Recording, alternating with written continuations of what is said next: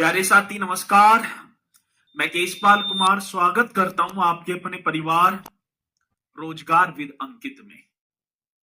आशा करता हूं कि भैया जी आप सभी अच्छे होंगे, बढ़िया होंगे, खुशहाल होंगे और जहां भी होंगे एकदम शानदार एवं शानदार होंगे।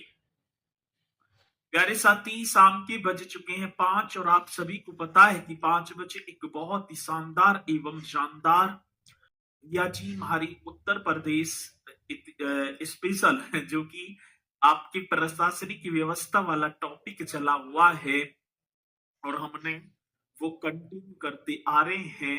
तो विपिन बाबू जी एक बार सभी जुड़ जाएंगे। हैप्पी न्यू ईयर सर जी, फरहा नाज जी, नेहा निषाद, शिवम पाल और उमेश यादव जी, प्रियंका यादव, लोकेश त्रिपाठी। तो बहुत स्पीड के साथ आप बढ़ते हुए। तो पहले तो आप सभी को मेरे साथी नववर्ष की हार्दिक शुभकामनाएं।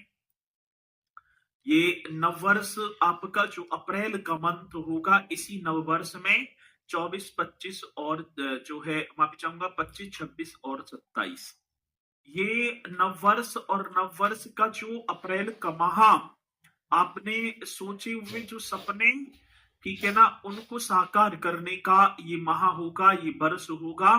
तो इसलिए मेरे साथी आज ये प्रण हमको बांध लेना है कि ये वर्ष जो है एक नौकरी के साथ आना चाहिए, एक नौकरी के साथ ही जाना चाहिए। तो सभी के सभी मेरे साथी जोरदार तरीके से मेरे साथ यहाँ पर जुड़ जाएंगे और फिर हम अपने इस सेशन को एक शानदार तरीके से स्टार्ट भी कर पा रहे होंगे। तो चलते हैं भैया जी। आज उत्तर प्रदेश की बात ही चल रही थी। उत्तर प्रदेश बहुत शालीनता के साथ हमने कल चीजों को समझा और चीजों को किया भी। प्रशासनिक जो व्यवस्था में यदि हमने बात करें तो सर जी मंडल, निगम, नगर निकाय और विकास खंड, ये सारी चीजें, तहसील वगैरह, ठीक है, ये सारी की सारी चीजें हमने करवाई दी हैं आपको। तो अब एक और पॉइंट बचा था मेरे साथी, वो पॉइंट है उत्तर प्रदेश में पुलिस कमिश्नर प्रणाली। ठीक है, किसकी बात होगी तो आप एक हेडिंग और डालेंगे, उत्तर प्रदेश में पुलिस कमिश्नर प्रणाली। कौन सी तो भैया जी उत्तर प्रदेश में पुलिस कमिश्नर प्रणाली। इस तरीके से आप सभी को हेडिंग डाल देनी है, उत्तर प्रदेश में पुलिस कमिश्नर प्रणाली। चलो जी, और ये पुलिस कमिश्नर प्रणाली कल शायद मैंने इसके विषय में आप सभी को बताया भी होगा कि प्रदेश में बढ़ती हुई या जनपदों की बात होगी, ठीक है ना, घटनाओं पर रोक लगाने के लिए भैया जी पुलिस कमिश्नरी और लियाए वहां पर और कठोर कानून कर दिए गए। यदि कोई मेरा साथी गौतम बुद्ध नगर का होगा तो उसे पता होगा कि हमारे जनपद में भी, लखनऊ में, गाजियाबाद में, कानपुर में, प्रयागराज में, वाराणसी में, इनमें क्या है, पुलिस कमिश्नर प्रणाली है सर। ठीक है, चलो तो चलते हैं भैया जी। किसकी बात है, आप एक हेडिंग और डालेंगे, उत्तर प्रदेश में पुलिस कमिश्नर प्रणाली। उत्तर कैबिनेट ने मेरे साथी 13 जनवरी 2020 को एक अधिसूचना जारी करके, हाँ सर, मतलब कि उत्तर प्रदेश कैबिनेट की बात है जिसने 13 जनवरी 2020 को एक अधिसूचना जारी की और इसी अधिसूचना के द्वारा भैया जी प्रदेश में कमिश्नर मतलब कि बोलेंगे ये पुलिस कमिश्नर प्रणाली को लागू किया। तो पहले तो आप ये पॉइंट लिख देना है, फिर मैं बताऊंगा सर उत्तर प्रदेश ने या उत्तर प्रदेश कैबिनेट ने, उत्तर प्रदेश कैबिनेट ने, उत्तर प्रदेश कैबिनेट ने उत्तर प्रदेश कैबिनेट ने 13 जनवरी 2020 को, क्या जनवरी की बात होगी तो भैया जी 13 जनवरी 2020 को, 2020 को अधिसूचना जारी की। अधिसूचना ये आप सभी को कर देना है सर जी। इसकी बात कह रहे हैं अधिसूचना, मतलब कि उत्तर प्रदेश कैबिनेट ने 13 जनवरी 2020 को जारी कर प्रदेश में अधिसूचना जारी कर प्रदेश में, कहां पर भैया जी, प्रदेश में पुलिस कमिश्नर प्रणाली को, प्रदेश में पुलिस कमिश्नर, ये आप सभी को लिख देना, पुलिस कमिश्नर प्रणाली को लागू किया, पुलिस कमिश्नर प्रणाली को लागू किया। ये पॉइंट आप सभी को लिख देना, प्रणाली को लागू किया। आगे बात समझ में? हाँ सर जी, ये तुम्हारे पॉइंट आ गया समझ में, लागू किया। तो किसकी बात कह रहे हैं सर जी? उत्तर प्रदेश कैबिनेट ने कब अधिसूचना जारी की थी? 13 जनवरी 2020 को, और ये अधिसूचना जारी करके पुलिस कमिश्नर प्रणाली लागू कर दी। और सबसे पहले भैया जी कहां पर, तो आपको पता होगा, एक तो लखनऊ में, एक तो कहां पर भैया जी, लखनऊ में, और दूसरी आप गौतम बुद्ध नगर में। ठीक है, इन दो जनपदों में सबसे पहले एक आप लिख देना लखनऊ और एक गौतम बुद्ध नगर। इन दोनों में भैया जी सबसे पहले 2020 में पुलिस कमिश्नर प्रणाली लागू की थी। आगे बात समझ में, कब, तो आप बता देना सर जी। 2020 में। तो प्रदेश के किन जनपदों में सबसे पहले पुलिस कमिश्नर प्रणाली लागू की थी? तो आप बताएंगे सर जी, लखनऊ और गौतम बुद्ध नगर में। ठीक है, किसमें? ठीक है, लखनऊ और गौतम बुद्ध नगर में। ठीक है, चलो अब ये जो पुलिस आयुक्त प्रणाली है ना, इसमें जैसी लागू होगी तो डीएम और एवं कार्यपालक मजिस्ट्रेट के अधिकार पुलिस आयुक्त को प्रदान कर दिए जाते हैं।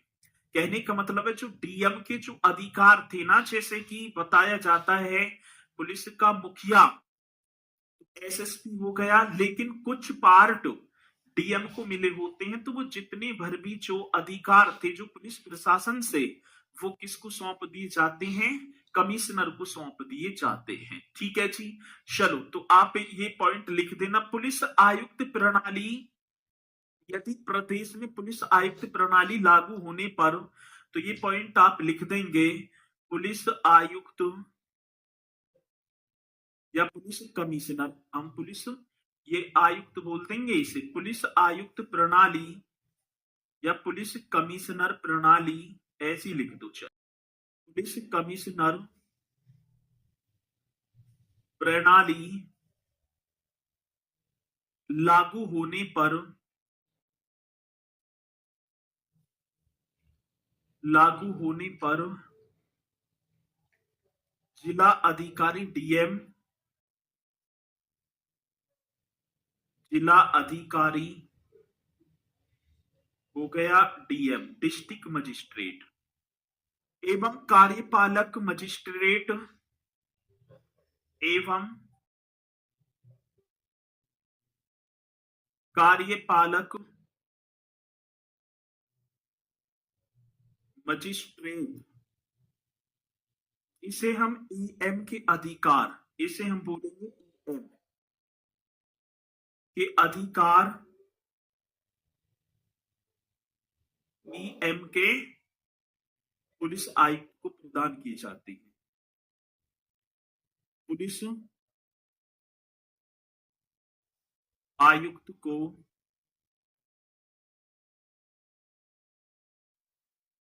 प्रदान किए जाते हैं।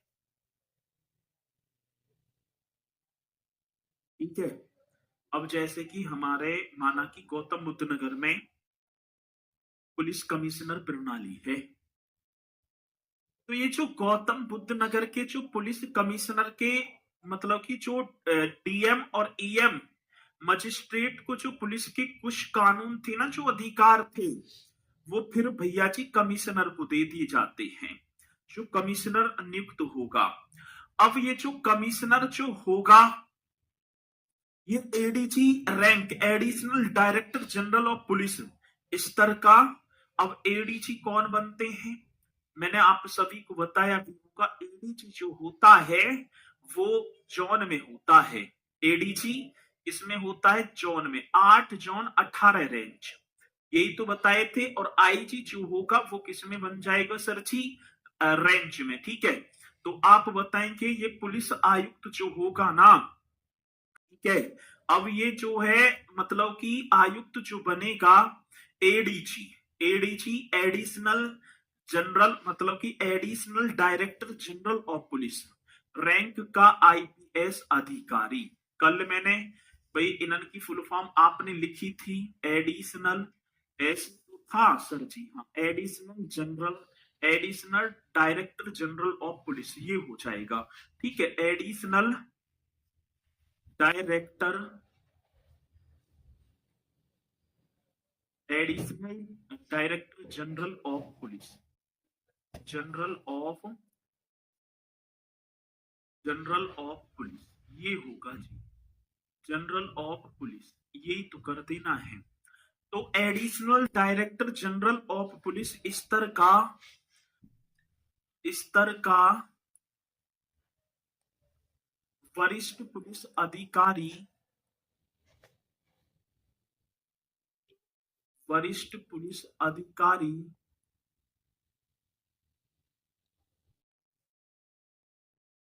अधिकारी पुलिस आयुक्त पद पर, ठीक है, मतलब कि जो कमिश्नर जो बनेगा, ठीक है, कमिश्नर जो बनेगा पुलिस आयुक्त पद पर, पुलिस आयुक्त पद पर, पद पर किया जाता है, तैनात किया जाता है, नियुक्त किया जाता है, नियुक्त किया जाता है, ये आप सभी को है। आगे बात समझ में, हाँ सर जी। तो कहने का मतलब क्या होगा, कहने का मतलब ये होगा जो पुलिस कमिश्नर जो बनेगा ना, कौन बनेगा सर जी, जो पुलिस कमिश्नर जो होगा वो एडीजी रैंक का अधिकारी होगा, additional director general of police. और एडीजी जो होता है वो जॉन का मुखिया होता है। जॉन का जो गठन होता है वो 2-3 रेंजों से, और रेंज मेरे साथ ही न्यूनतम 2-3 जिलों से बनकर मिली होती है। ठीक है, ये पॉइंट आपको लिख देना है। अब इसी के साथ, अब इसी के साथ हम देखें तो भैया जी, एक और दो, पहली बात तो एक ये हो गई और दूसरी ये, अब तीसरी की बात आई तो धीरे धीरे तो ये तो चीजें बढ़ती गई।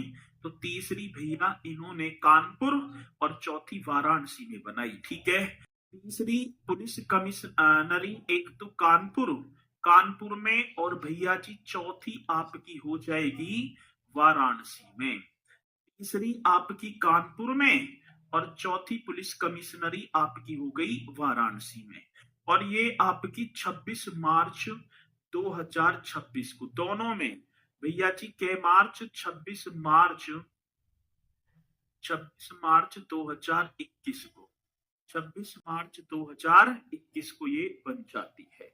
तो कानपुर और वाराणसी। ठीक है, अब इसी के साथ भैया जी पांचवी, जो पांचवी हमने देखी तो भैया आगरा में, पांचवी पुलिस कमिश्नर प्रणाली किसमें, आगरा, मतलब पांचवी जो है। फिर छठवीं आप गाजियाबाद में, गाजियाबाद में भी पुलिस कमिश्नरी प्रणाली लागू है, वहां पर कानून कठोर हो जाता है, पुलिस सख्त हो जाती है। और सातवां आपका कर देना भैया जी प्रयागराज में, और ये नवंबर का महीना था 2022 में, नवंबर आप लिख देना, नवंबर, ठीक है, 2022 करेक्ट करेंगे, नवंबर 2022 में।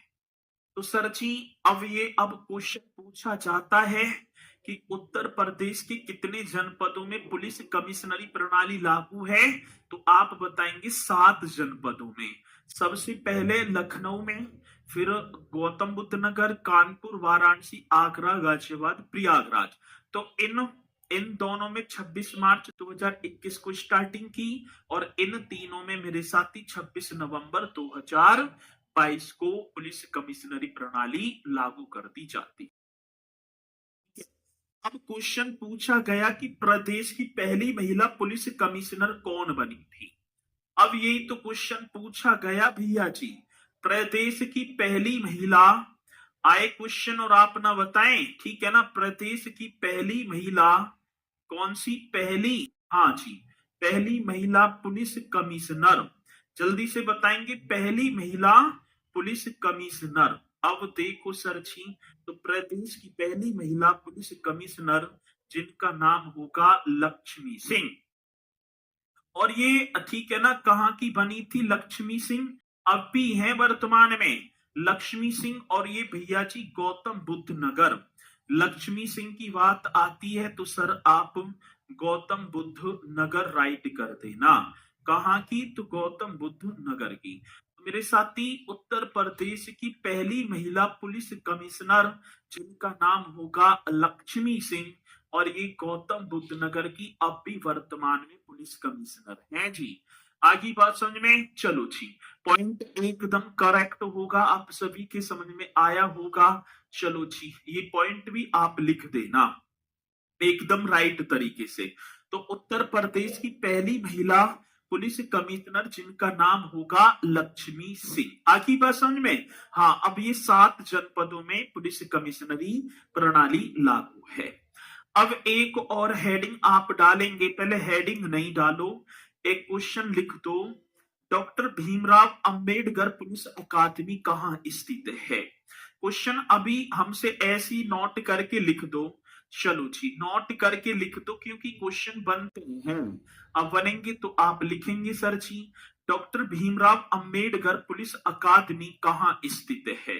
कौन पहले बताएगा, डॉक्टर भीमराव, डॉक्टर भीमराव, हाँ सर, डॉक्टर भीमराव अंबेडकर, ये बता देना, अंबेडकर, डॉक्टर भीमराव अंबेडकर पुलिस अकादमी, सर जी कौन से अकादमी, तो पुलिस अकादमी, ये जल्दी बताओ ये कहाँ स्थित है, डॉक्टर भीमराव अंबेडकर पुलिस अकादमी। मेरे साथ आप मुरादाबाद लिख देना, आप क्या मुरादाबाद पहुंच जाओ, और मुरादाबाद में आपको डॉक्टर भीमराव अंबेडकर पुलिस अकादमी, जहां पर प्रशिक्षण दिया जाता है, ठीक है। चलो ये बहुत आगे बात समझ में, चलो दूसरी बात क्या होगी सर, एक तो ये हो गया, अब दूसरा पॉइंट और लिखो भैया जी, मेरठ पीटीएस में प्रदेश का पहला police dog squad training centre बनेगा, लेकिन देश का प्रथम पुलिस संग्रहालय, एक क्वेश्चन और आया भैया जी, देश का प्रथम, हाँ सर, देश का प्रथम पुलिस संग्रहालय, ठीक है, ये एकदम राइट तरीके से आप सभी को कर देना है, देश का प्रथम पुलिस संग्रहालय, जल्दी बताओ, ये भी बहुत बेहतरीन क्वेश्चन होगा। देश का प्रथम जो पहला जो पुलिस संग्रहालय है वो कहां पर होगा, सर जी गाजियाबाद, वो कहां पर होगा, तो मेरे साथी गाजियाबाद में। तो देश का पहला पुलिस संग्रहालय गाजियाबाद में, और देश की पहली सेंट्रल पुलिस यूनिवर्सिटी, ये भी बता दो सर जी, देश की पहली, देश की, हाँ सर जी, देश की पहली पुलिस, पहली बनी है अभी तक, मतलब इससे पहले कहीं भी ना है, सेंट्रल, देश की पहली भैया जी सेंट्रल, इस तरीके से कर देना, सेंट्रल, सेंट्रल पुलिस यूनिवर्सिटी, ये कहां बनी है, तो सर जी ग्रेटर नोएडा में। तो आप यहां पर लिख पा रहे होंगे ग्रेटर नोएडा, चलो जी ये भी राइट कर देना, ठीक है, ग्रेटर नोएडा। तो देश की पहली सेंट्रल पुलिस यूनिवर्सिटी, इसका जो निर्माण हुआ है, वीडियो रुक रही है, वीडियो रुक रही है या सही चल रही है, सही तो चल रही है, चलो जी ठीक है, एसआई बैच की है, हर हर महादेव, भगवान भोलेनाथ दीर्घायु प्रदान करें सर आपको, यूपी एसआई बैच की, चलो जी ये भी एकदम राइट क्वेश्चन होगा। और इसी के साथ मेरे साथी, यूपी पुलिस का सोशल मीडिया कमांड एवं अनुसंधान केंद्र कहाँ स्थित है, यूपी पुलिस का सोशल मीडिया, जी सर, कौन सी पुलिस की बात है तो आप राइट कर देना उत्तर प्रदेश पुलिस का, उत्तर प्रदेश पुलिस का सोशल मीडिया, मतलब उत्तर प्रदेश पुलिस का सोशल मीडिया, ठीक है, कौन सा सोशल मीडिया कमांड एवं अनुसंधान केंद्र, अनुसंधान केंद्र कहाँ स्थित है? सर जी आप लिख देना ये होगा मेरठ में। कहाँ होगा? मेरठ। तो उत्तर प्रदेश पुलिस का सोशल मीडिया कमांड एवं अनुसंधान केंद्र कहाँ स्थित है? तो आप राइट कर देना भैया जी। सर हैप्पी न्यू ईयर, यदि मैं हैप्पी न्यू ईयर, अब मैंने पहले ही बोल दिया हैप्पी न्यू ईयर लेने लग गया ना, तो भाई साहब ये लगा लो कि रात हो जाएगी, इतनी हैप्पी न्यू ईयर चल रही है। ठीक है, तो हैप्पी न्यू ईयर सभी की स्वीकार है, बस आप अब परीक्षा पर फोकस दें, मतलब कक्षा पर, और परीक्षा आपकी है। अब एक चीज और लिखेंगे, उत्तर प्रदेश होमगार्ड सामान्य परिचय। कुछ होमगार्ड की पॉइंट भी, हाँ भाई होमगार्ड से भी पूछे जाएंगे, तो आप एक हेडिंग डालेंगे बढ़िया तरीके से, उत्तर प्रदेश होमगार्ड, ठीक है, उत्तर प्रदेश की बात है ना, उत्तर प्रदेश होमगार्ड, उत्तर प्रदेश होमगार्ड। अब इनसे जनरल इंट्रोडक्शन, सामान्य परिचय, और इन्हें याद कर लेना आप बढ़िया तरीके से, उत्तर प्रदेश, ठीक है, होमगार्ड, होमगार्ड सामान्य परिचय, आप एक हेडिंग और डालेंगे। पहली बात साथी, उत्तर प्रदेश होमगार्ड की स्थापना कब हुई? पहली बात तो ये उत्तर प्रदेश होमगार्ड सामान्य परिचय, इस तरीके से एक हेडिंग डालेंगे, और ये आप बताएंगे कि उत्तर प्रदेश जो होमगार्ड है इसकी स्थापना कब हुई। क्वेश्चन कैसे आएंगे अभी बताऊंगा, जैसे ठीक है ना, क्वेश्चन भी है। उत्तर प्रदेश होमगार्ड की स्थापना, जल्दी से बता देना मेरे साथी, उत्तर प्रदेश होमगार्ड की स्थापना, इसकी होमगार्ड, ये क्वेश्चन है जो कि आप सभी को करना है। होमगार्ड की स्थापना भैया जी दिसंबर का महीना था 1962, 1962 ईस्वी में, भारत चीन युद्ध के बाद, ठीक है, यही तो करेंगे, दिसंबर 1962 ईस्वी को, ईस्वी को यहाँ कोष्टक लिख देंगे, भारत और चीन का युद्ध हुआ था 1962 में, भारत चीन युद्ध के, भारत चीन युद्ध के, भारत चीन, चीन युद्ध के बाद, एकदम करेक्ट क्वेश्चन होगा सर, भारत चीन युद्ध के बाद। तो भैया जी उत्तर प्रदेश होमगार्ड की स्थापना दिसंबर 1962 ईस्वी में होती है। और सर ये और बता देना कि कब, कौन से युद्ध के बाद? भारत चीन युद्ध के बाद। चलो एकदम राइट है, हाँ सर, उत्तर प्रदेश होमगार्ड का जो हेडक्वार्टर है, जो मुख्यालय है, ये भी आप सभी को लिख देना भैया जी, मुख्यालय आपका बन जाएगा लखनऊ में। मुख्यालय कहां पर होगा सर? आप राइट कर पा रहे होंगे, लखनऊ। मुख्यालय क्या होगा? तो लखनऊ में। और जिसका आदर्श वाक्य है, जिसका आदर्श वाक्य है, जिसका आदर्श वाक्य क्या होगा? मीन्स मोटो, उत्तर प्रदेश होमगार्ड का जो आदर्श वाक्य है वो क्या है? निष्काम सेवा। वो क्या होगा? तो भैया जी राइट कर पा रहे होंगे, निष्काम, निष्काम सेवा, ये एकदम करेक्ट होगा जी, निष्काम सेवा।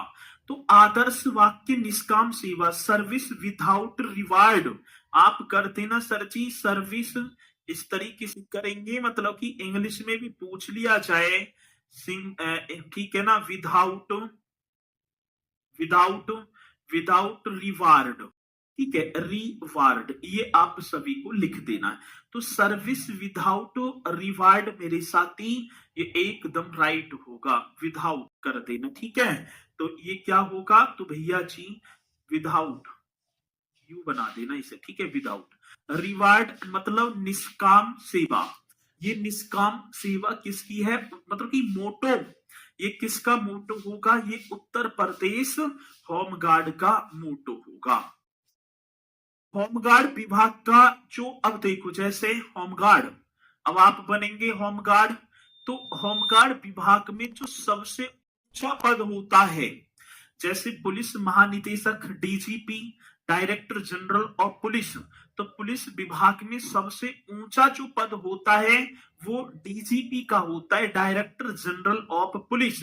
लेकिन मैं यहां पर कर रहा हूं होमगार्ड की बात, होमगार्ड विभाग का सर्वोच्च पद डीजी का होता है, डायरेक्टर जनरल का।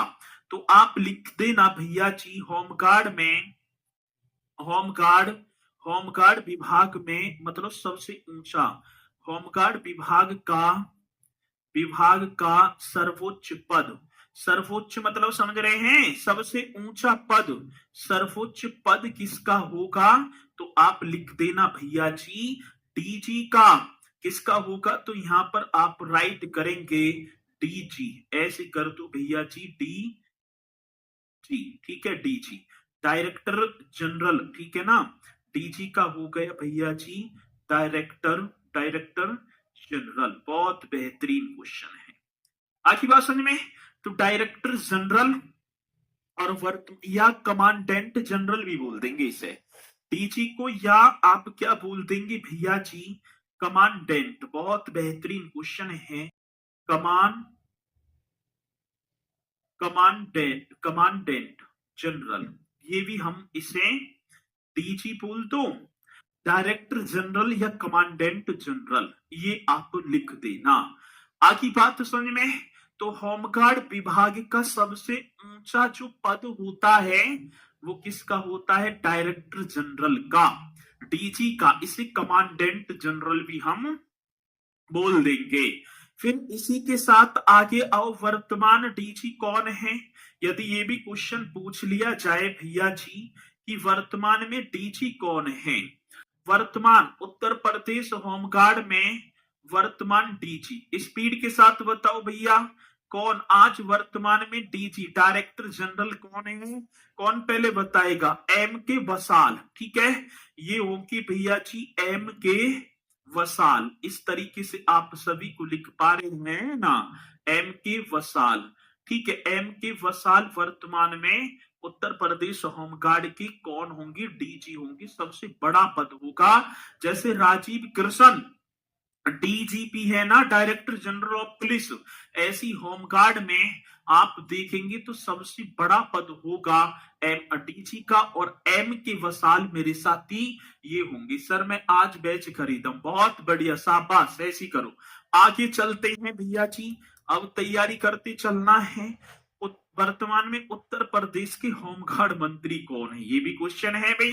वर्तमान में उत्तर प्रदेश के, वर्तमान में, जी सर, वर्तमान में उत्तर प्रदेश के, उत्तर प्रदेश के होमगार्ड मंत्री, जी सर जी, वर्तमान में उत्तर प्रदेश के होमगार्ड मंत्री कौन पहले बताएगा भैया जी, होमगार्ड मंत्री उत्तर प्रदेश के वर्तमान में उत्तर, धर्मवीर, श्री धर्मवीर प्रजापति।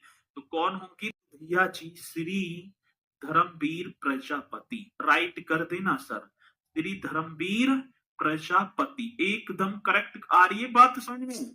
वर्तमान में उत्तर प्रदेश में जो होमगार्ड के मंत्री भी है ना, धर्मवीर प्रजापति, ये आप सभी को कर देना है। और साथ ही होमगार्ड का केंद्रीय प्रशिक्षण संस्थान, ये भी क्वेश्चन पूछ लिया जाए कि होमगार्ड का, होमगार्ड का केंद्रीय, होमगार्ड का केंद्रीय प्रशिक्षण संस्थान, होमगार्ड का केंद्रीय प्रशिक्षण संस्थान, होमगार्ड का केंद्रीय प्रशिक्षण संस्थान कहाँ? चिन्हट। भैया जी ये चिन्हट कहाँ है? चिन्हट, तो ये आप लिख देना चिन्हट लखनऊ में। चिन्हट कहाँ होगा? लखनऊ में। तो सर होमगार्ड का केंद्रीय प्रशिक्षण संस्थान, होमगार्ड का केंद्रीय प्रशिक्षण संस्थान कहाँ है? चिन्हट लखनऊ में है। आगे बात समझ में, ये पॉइंट भी करना है। और उत्तर प्रदेश में होमगार्ड स्थापना दिवस कब मनाया जाता है? ये पॉइंट भी आप सभी को लिख देना है। उत्तर प्रदेश में होमगार्ड स्थापना दिवस, उत्तर प्रदेश में होमगार्ड या होमगार्ड्स ऐसे कर दो, स्थापना दिवस। उत्तर प्रदेश में होमगार्ड्स स्थापना दिवस। बहुत बेहतरीन क्वेश्चन। और सर ये आपका 6 दिसंबर, क्या दिसंबर? तो भैया जी 6 दिसंबर। उत्तर प्रदेश में होमगार्ड्स स्थापना दिवस 6 दिसंबर। और उत्तर प्रदेश मेरे साथी होमगार्ड्स अधिनियम या होमगार्ड्स स्थापना दिवस और अधिनियम, ये मतलब कि उत्तर प्रदेश होमगार्ड अधिनियम कब आया था? उत्तर प्रदेश होमगार्ड्स ऐसी होगा, होमगार्ड्स अधिनियम। बहुत बढ़िया सर। उत्तर प्रदेश में होमगार्ड अधिनियम, ये अधिनियम आ गया 1963 में। अब कोई आपसे ये पूछे कि भैया जी कि उत्तर प्रदेश होमगार्ड स्थापना दिवस कब? 6 दिसंबर। कोई पूछे उत्तर प्रदेश होमगार्ड्स अधिनियम 1963, होमगार्ड का केंद्रीय प्रशिक्षण संस्थान चिन्हट लखनऊ। वर्तमान में उत्तर प्रदेश के होमगार्ड मंत्री धर्मवीर प्रजापति। वर्तमान में डीजी कौन है उत्तर प्रदेश होमगार्ड की? जो है मालिकी बोलेंगे हम, एम के वसाल जी। आदर्श वाक्य निष्काम सेवा। मुख्यालय लखनऊ, दिसंबर 1962 में स्थापना। सबसे ऊंचा पद डीजी का होता है। ये आगे बात समझ में। उत्तर प्रदेश में होमगार्ड को दी जाने वाली दैनिक ड्यूटी क्या कहलाती? एक क्वेश्चन बताओ मुझे, एक क्वेश्चन और बताओ रजनीश कुमार जी, उत्तर प्रदेश में दी जाने वाली दैनिक ड्यूटी क्या कहलाती है? एक क्वेश्चन और, बहुत बढ़िया बेहतरीन क्वेश्चन होगा। उत्तर प्रदेश में दी जाने वाली, उत्तर प्रदेश में दी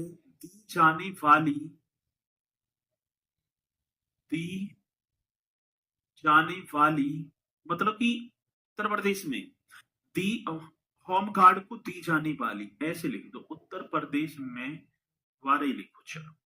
उत्तर प्रदेश में होमगार्ड को, उत्तर प्रदेश में होमगार्ड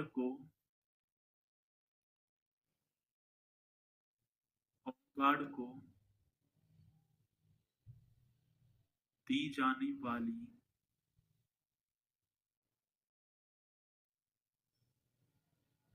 दैनिक ड्यूटी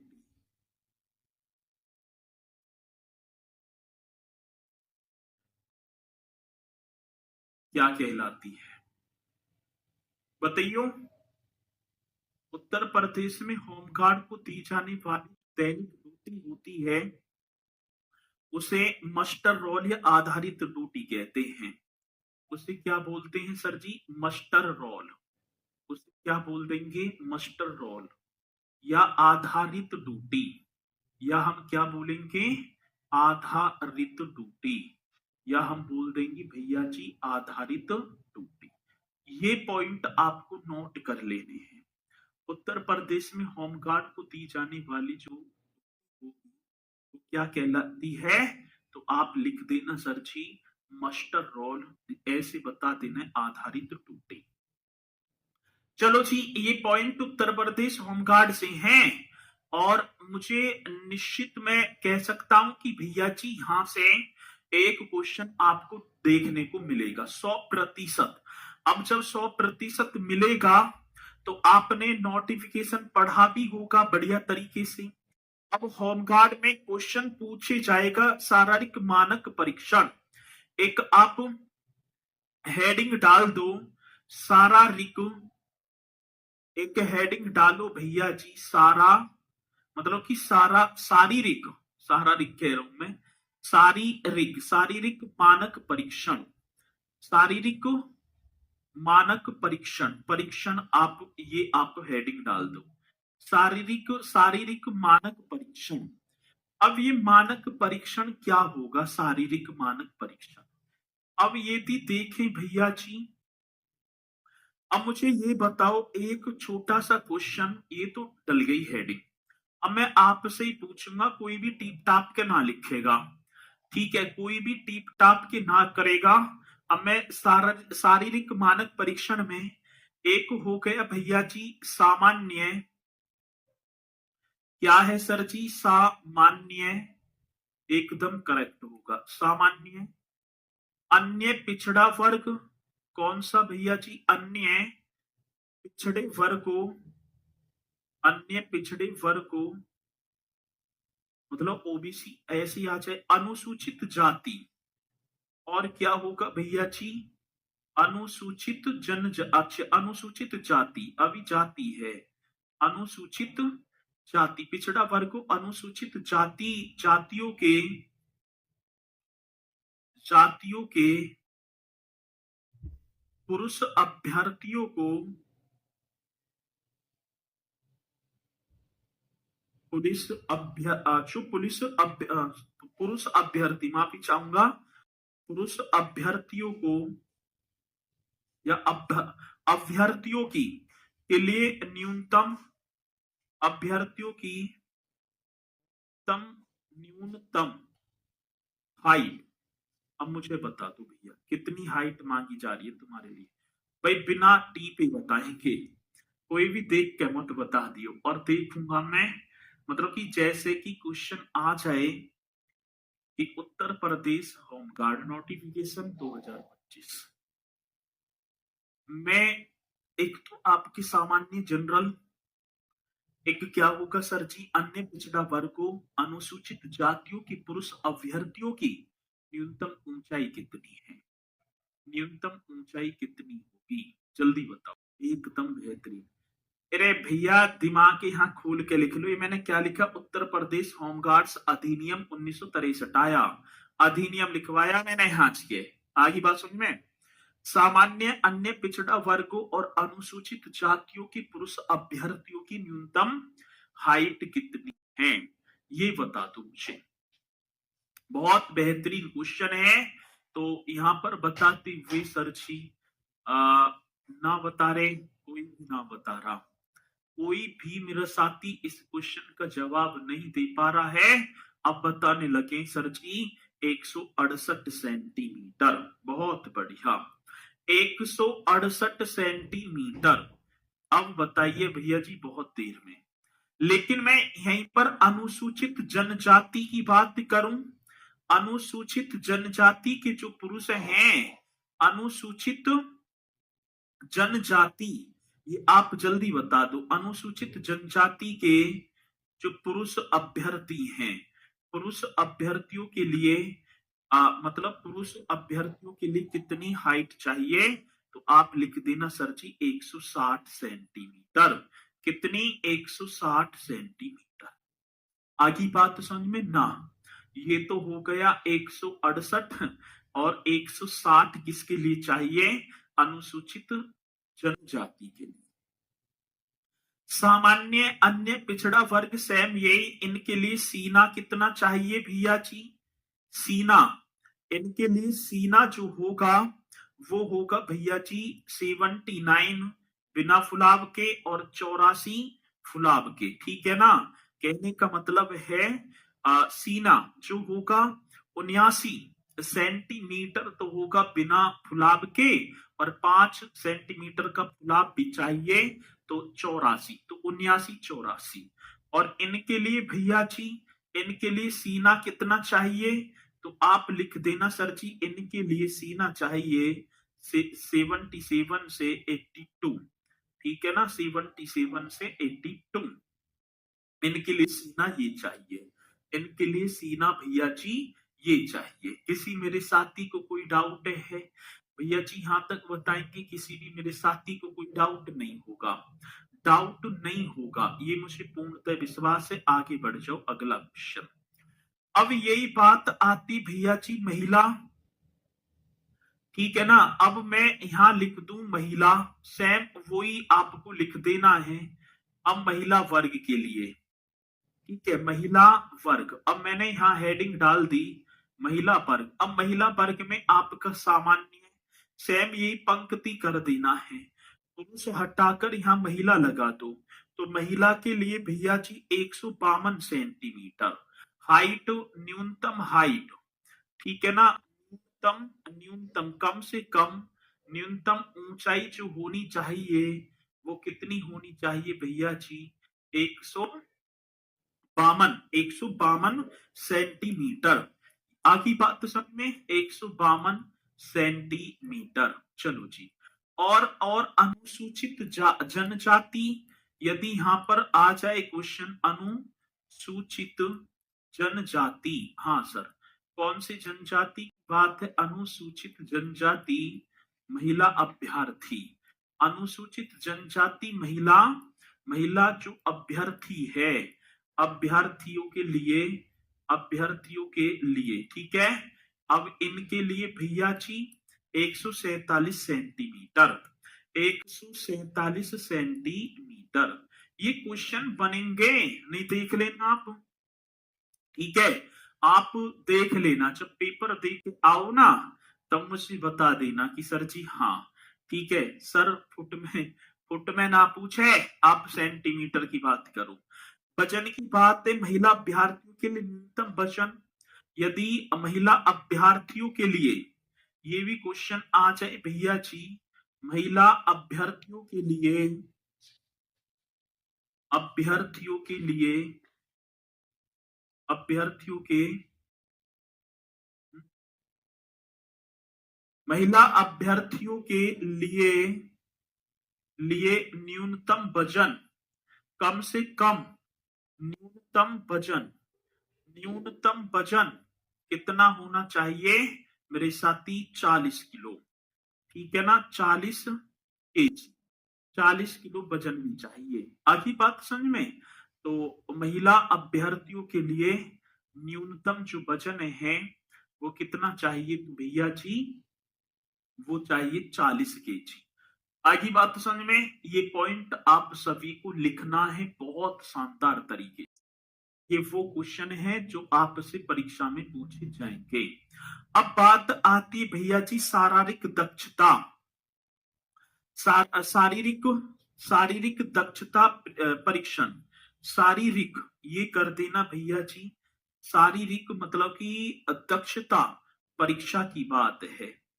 शारीरिक, शारीरिक दक्षता परीक्षा, ये भी आप देखो भैया जी, शारीरिक दक्षता परीक्षा। अब दक्षता की बात आती है तो सर जी इसमें पुरुष अभ्यर्थी जो आपके कौन होंगे? पुरुष, पुरुष अभ्यर्थियों के लिए, पुरुष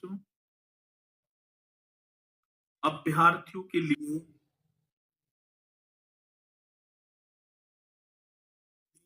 भैया जी 4800 मीटर दौड़ होगी। कितना? 4.8 किलोमीटर 28 मिनट में। यही तो चीजें आती हैं। अब आज के तुम्हें पुरुषों की तो पता रहेगी, लेकिन महिला, मुझे पूरा विश्वास है कि तुम्हें पता ही ना थी।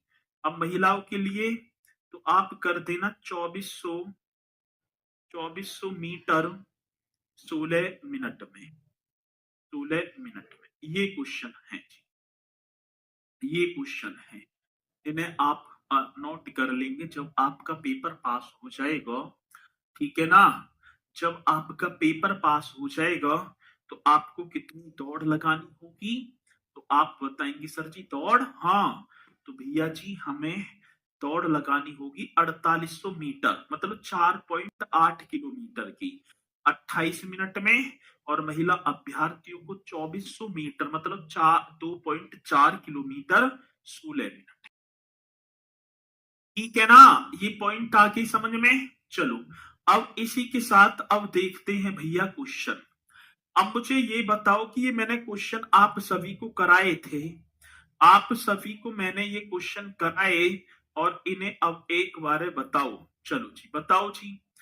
स्वतंत्र भारत में उत्तर प्रदेश के पहले पुलिस महानिरीक्षक कौन थे, जिसे तत्समय उत्तर पश्चिमी प्रांत और अवध के नाम से जाना जाता था? बताओ मैंने क्या लिखवाए थे, ये क्वेश्चन लिखवाया होगा आप सभी को। स्वतंत्र भारत में उत्तर प्रदेश के पहले पुलिस महानिरीक्षक कौन थे, जिन्हें तत्समय तत्समय ठीक है ना उत्तर पश्चिमी प्रांत और अवध के नाम से जाना जाता था? वो थे B.N. लाहिड़ी। बताया था ना बताया था? जल्दी बताओ, ये करवाया था ना करवाया था? ठीक है चलो जल्दी बताओ।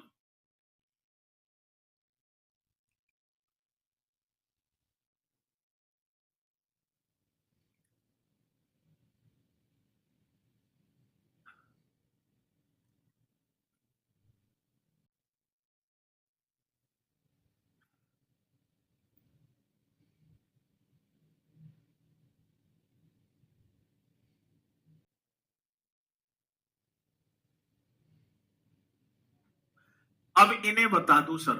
अगला क्वेश्चन ये मैंने कराया B.N. लाहिड़ी। अगला नेक्स्ट, उत्तर प्रदेश पुलिस की टैगलाइन क्या है? उत्तर प्रदेश पुलिस की सेवा वीरता बंधुता, सत्यमेव जयते, सेवा सुरक्षा शांति सुरक्षा आपकी संकल्प हमारा, यूर सिक्योरिटी अवर रिसॉल्व, ये बताया होगा। ठीक है ये मैंने आपको बताया होगा भैया जी। ठीक है क्या?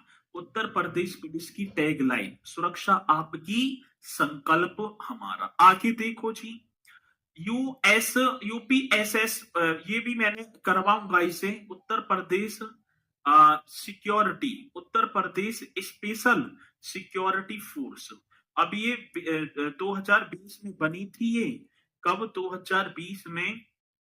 तो यूपीएसएसएफ स्पेशल फोर्स है। उत्तर प्रदेश में वुमन पावर लाइन WPL के लिए संपर्क नंबर क्या है, ये भी बता दो। उत्तर प्रदेश में वुमेन पावर लाइन मतलब कि WPL ये बताओ नंबर। भैया जी 1090 बताया था। चाइल्ड 1098, मुख्यमंत्री 1076, ये कराए थे ना कराए थे। चलो आगे चलो जी, ये आए हुए क्वेश्चन है।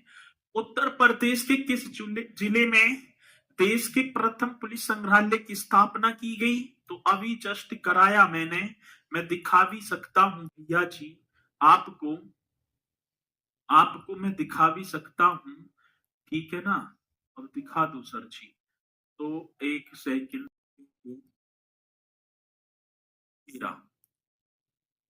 ये देखो, देश का प्रथम पुलिस संग्रहालय गाजियाबाद में, यही तो था।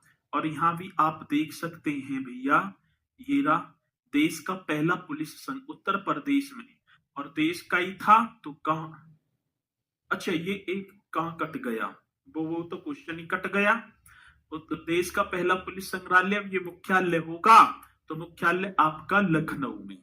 ठीक है वो क्वेश्चन ही कट गया, तो लखनऊ आप कर देना। चलो जी अगला क्वेश्चन, उत्तर प्रदेश पुलिस के चिन्ह में कौन से जानवर का चित्र है, ये बता दो। उत्तर प्रदेश का पुलिस का जो चिन्ह है उनमें कौन से जानवर का चिन्ह है? तो आप करेंगे सर जी फिश। फिश मीन्स मछली, फिश मीन्स मछली, मछली का चिन्ह होगा। किसका? मछली का। देखा होगा वो हमारे राज्य के चिन्ह। उत्तर प्रदेश पुलिस की आधिकारिक ध्वज में दो रंग होते हैं, लाल और, बताओ बता दो भैया जी। उत्तर प्रदेश पुलिस का जो आधिकारिक ध्वज होता है उसमें दो रंग होते हैं, लाल और नीला, लाल और नीला। ठीक है ना, ब्लू, यही तो होगा। आगे देखो जी अगला क्वेश्चन, प्रशासनिक सुविधा के लिए उत्तर प्रदेश में कितने मंडल हैं? 18। प्रशासनिक सुविधा के लिए ये क्वेश्चन आ जाए कि प्रशासनिक सुविधा के लिए उत्तर प्रदेश में कितने मंडल हैं, तो आप बताएंगे 18। उत्तर प्रदेश राजस्व कोड निम्नलिखित में किस वर्ष स्थापित किया गया, तो मैंने कराया होगा आपको 2006। उत्तर प्रदेश राजस्व कोड निम्नलिखित में से साथी 2006 में। पुलिस द्वारा तैयार की जाने वाले लिखित दस्तावेज को, मतलब लिखित दस्तावेज एफआईआर का पूर्ण रूप क्या है? First inquiry report, first investigation report, first interrogation report, first information report. अब मुझे ये बता दो एफआईआर की फुल फॉर्म। बहुत बेहतरीन क्वेश्चन है, और ऐसा क्वेश्चन भैया जी अब आपका जो है मामला तो ठीक है ना, पढ़े करेगा। तो फर्स्ट इंफॉर्मेशन रिपोर्ट बोलते हैं, first information report FIR. FIR करने जा रहे हैं तो एफआईआर का फुल फॉर्म होता है फर्स्ट इंफॉर्मेशन रिपोर्ट। में नोट कर लेना आप।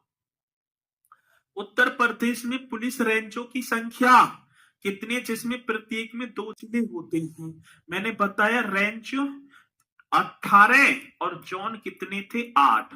8 जोन 18 रेंज। भाई बताइए ना, बताइए, ईमानदारी से बता दो, ठीक है ना? ईमानदारी से बता दो कि उत्तर प्रदेश में पुलिस रेंजों की संख्या कितनी है, जिसमें प्रति एक में 2-3, तो ये 18 रेंज थी। उत्तर प्रदेश ग्राम आबादी अधिनियम किस वर्ष? 1947 में। ये आपका हो गया भैया जी 1947। ठीक है, अगला लास्ट क्वेश्चन। प्रशासनिक सुविधा के लिए उत्तर प्रदेश में कितने शहरी निकाय हैं? तो आप कर देना 15। 15। अब मैंने प्रशासनिक शब्दावली ये आपके करा दिए हैं, तो इन्हें आप करना बढ़िया तरीके से।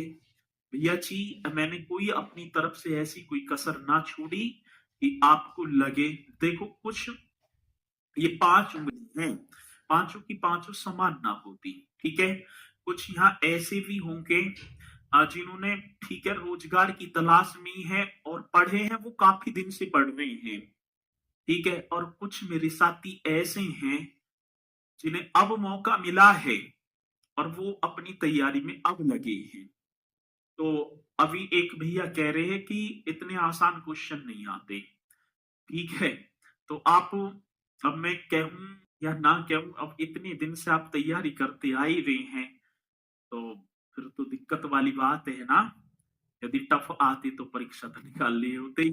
चलो, तो इन्हें ना करेंगे, ये आपके लिए बहुत हार्ड होंगे, ठीक है। ये यूपी पुलिस और यूपी एसआई में पूछे हुए क्वेश्चन हैं जो मैंने कराए हैं, और जो मैं करा रहा हूं भैया उन्हें आप करते चलना बढ़िया तरीके से।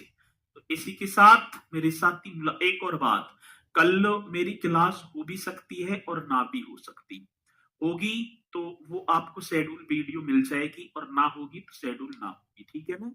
तो कल मुझे किसी कारणवश जाना पड़ भी सकता है, ना भी, तो इसलिए भैया जी तो 50-50% चांस रहेंगे, तो ना होने की ज्यादा होगी, ठीक है ना, और होने की तो पता चली जाएगी। वैसे आप परेशान ना होना, यदि ना भी होवे तो मैं नेक्स्ट डेज कराऊंगा, तो इसलिए मैं आपको पहले सूचित कर देता हूं, ठीक है ना। चलो, तो सभी बोलेंगे सर जय हिंद, जय भारत।